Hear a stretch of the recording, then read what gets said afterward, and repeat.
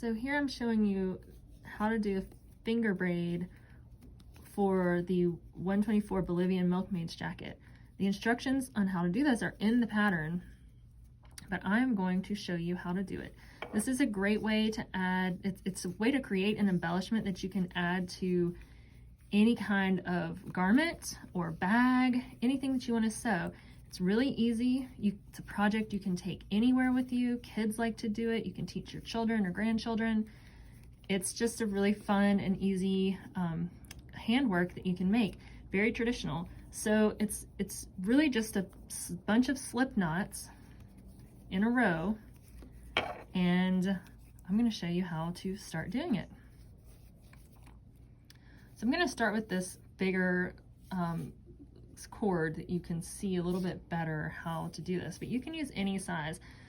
Before I was using 6 strands of DMC floss, but you can use pearl cotton, crochet yarn, really anything. You can make it as thick as you want to.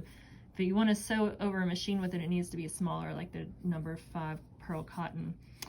But you start by just making a regular knot, and you want to take, you see this is just a regular knot, and you're going to make just a slip knot. So pulling through to make a slip knot, and then you're just, you have slip knot in the left hand, your longer cord in your right hand, and push a loop through the slip knot, and then slip the knot down your cord or your thread, and then do it again. Pull the knot through and slip it down. Pull the knot through and slip it down. And you can just keep going as long as you want. Practicing is helpful because depending on your thread or your cording or your whatever your yarn you're using, you can practice with the tension. I'm not always great at this. Some pieces will be, some knots will be looser, some will be really tight, but practicing you can get a pretty consistent tension and it'll look nice and even. So you just keep going like this until until you've got it as long as you want it to be.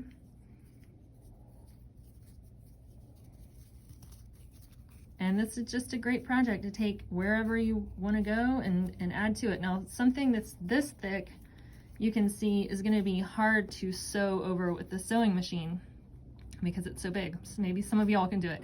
But this would be an easy one that you could tack down with a hand sewing needle and thread pretty easily.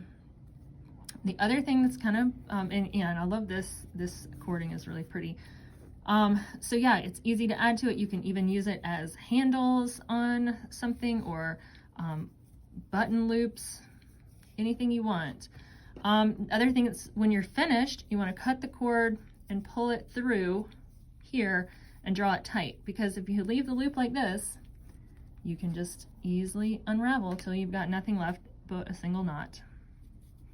And sometimes not even the knot, depending on how you started it. So really easy, and I'll show you what you can make with it now too. Here's an example of how to use the finger braid that you just made. This is a motif detailing that you can find in the pattern 124 Bolivian Milkmaid Jacket. And you start by, and don't use too many pins, but just start by going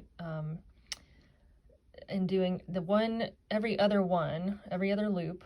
Make a loop at the top and then come back and do the other loops and then bring it down. And this of course can go as long as you want or shorter. And I did a few pins at strategic places, but it's even, you can use dots of glue to keep them in place. And then I'm going to either hand tack them down or go over with a small zigzag stitch over top of these on my machine. So I'm just doing a little very narrow zigzag stitch. It's almost 2 on my machine, and I am just stitching this braid down, going nice and slow, adjusting where I need to be.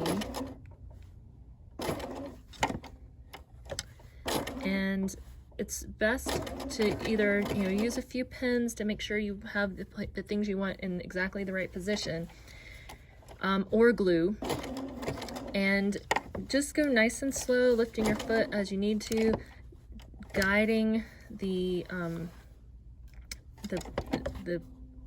braid through, but also making sure that you're not missing, going off of the braid. But if you pull the braid when you're doing this, you're going to end up with puckers in your fabric. So just beware of that as well.